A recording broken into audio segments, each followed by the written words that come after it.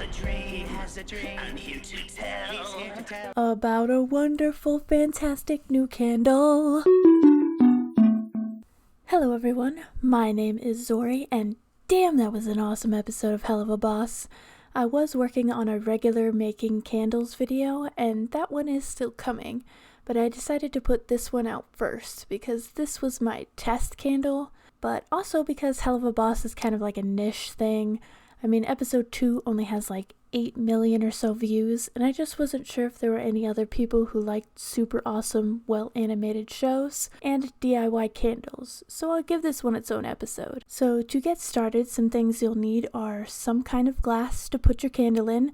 I'm using a wine glass because of my mom in a story I'll tell in the next candle video. Next, you'll need some kind of wax. I'm using soy wax because it was the easiest for me to find. You'll also need wicks, preferably ones that match your candle.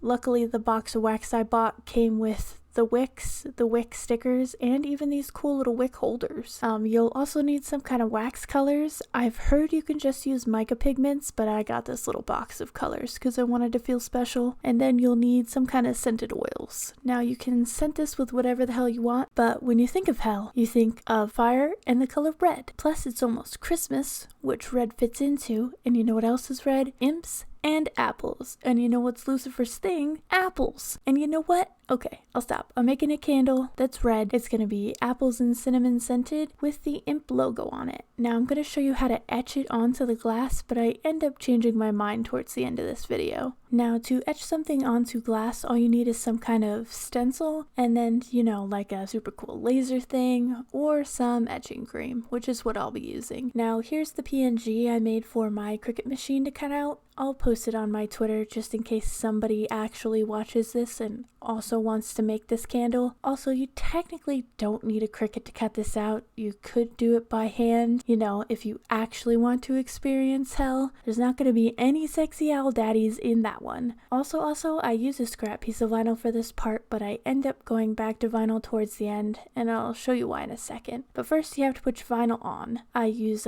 transfer tape, but any kind of big clear tape will work, and make sure when you're placing it on, you have no bubbles. I find that vinyl that has a bunch of cuts in it makes it much easier to smooth. If it's got any bubbles in it, the cream will like sneak through and ruin your entire etch. Also, you'll see me adding a border with some blue tape. Don't do this, just cut out a nice border because this is one of the reasons I end up going back to vinyl in the end. But after doing that, you can put on some gloves and eye protection because this stuff is literally acid and not something you want to screw around with. And everyone says something different about how much cream you should put on your glass or whether you should keep brushing it on or just leave it. I find that like a middle ground works for me. When I apply it, I just use like a crappy brush. I apply like medium amounts of the cream and then I'll agitate it for about a minute and leave it alone for about 2 minutes. And then you can just wash it off under warm water. I've never heard of this exploding anyone's drains. I'll let you know if that happens to me. Also, keep your gloves on while you're doing this. Again, acid, you do not want it on your hands. Just Google what can happen if you don't believe me. Now, here's how it looks. And it's looking pretty good except for, of course, this ugly, hideous border. I mean, it's not even, it looks terrible. And I also think I made the logo a bit too small. I would have liked it if it was bigger, and also think I made it too far up. So I try to fix the border issue by etching the entire glass, which was a terrible idea. It turns out pretty splotchy. I know you're not supposed to use this etching cream for big spaces, but I had to go to work and I was kind of rushing to finish it and it's all blotchy and garbage. Do not do this before you have to go to work. But the next thing I do to try and spice it up a little bit is emboss the bottom. It really adds like a beautiful pop of color and it's super easy. All you have to do is put some embossing glue on the bottom, pour your powder on, and then, you know, save the extra, clean it up, and then just heat up the powder. And it creates like a plastic film on the bottom that looks super cool. You could probably do this just to any regular glass. I don't know if it would last in like a washing machine or something. I should try that one of these times. But anyway, it turns out really cool. Now, it's time for the candle part of this candle. And please forgive me. The only time I've made a candle is that Walmart kit that I made a video on. It's like my second video ever on this channel, so do not use this as a tutorial because I sort of mess it up. The first thing is to put the sticker on the bottom of the wick and then put that in the glass. Easy, doing good. And also, I'm sorry that my head keeps getting in the shot. I'm still getting used to having like this overhead shot. I'm not even sure if it looks better, but technical issues aside, I was told by Google that the best temperature to add the scents was like 175 Fahrenheit. But then I watched a video that said 150, and then some other places say 185, so I really have no idea what temperature is good. I went for around like 165. I've heard wax can burn. I didn't want that to happen, so that's about the temperature that I used. And after adding in a random amount of scent, really should have measured, but I didn't. And then I just pour it directly into the glass.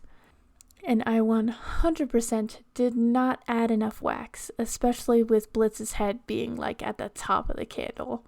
And I should have added more right away, but being a functional adult was calling, so I do add more later, and that was a terrible decision because you could definitely see the line where the two wax parts meet. And it turned out way more pink than red, and you can't even see the logo anymore, which just sucks dick.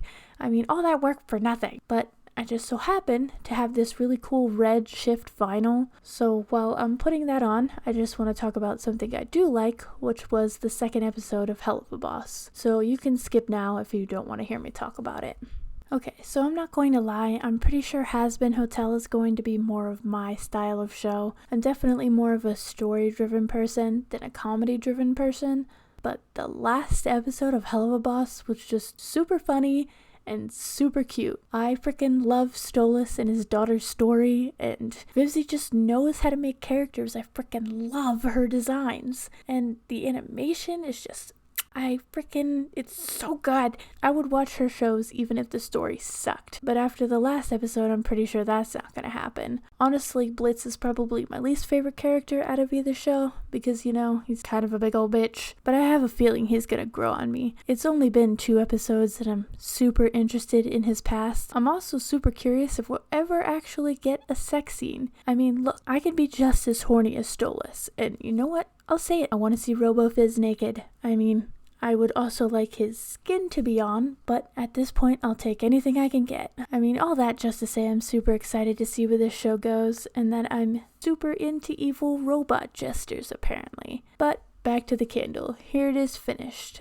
And I'm super happy. This vinyl was definitely the way to go. I should have just skipped all the etching parts. I left the etched logo on the other side. You know, have a front side and a back side. Not that you can even see it. Also, this vinyl just happened to go super well with the embossed red color I used for the bottom. And it looks really cool lit up. But it doesn't really smell super strong. So maybe the temperature needed to be hotter or cooler. Did I not add enough? Hopefully I'll be able to find out from my next candles, because those ones are actually going to be Christmas presents. But thanks for watching. I'm going to leave all the links to all the stuffs down below. And P.S. Wish me luck trying to explain to my mom why I have a Christmas candle with imps on it, and that this logo stands for Immediate Murder Professionals. Alright, I'll see you guys later. Bye-bye.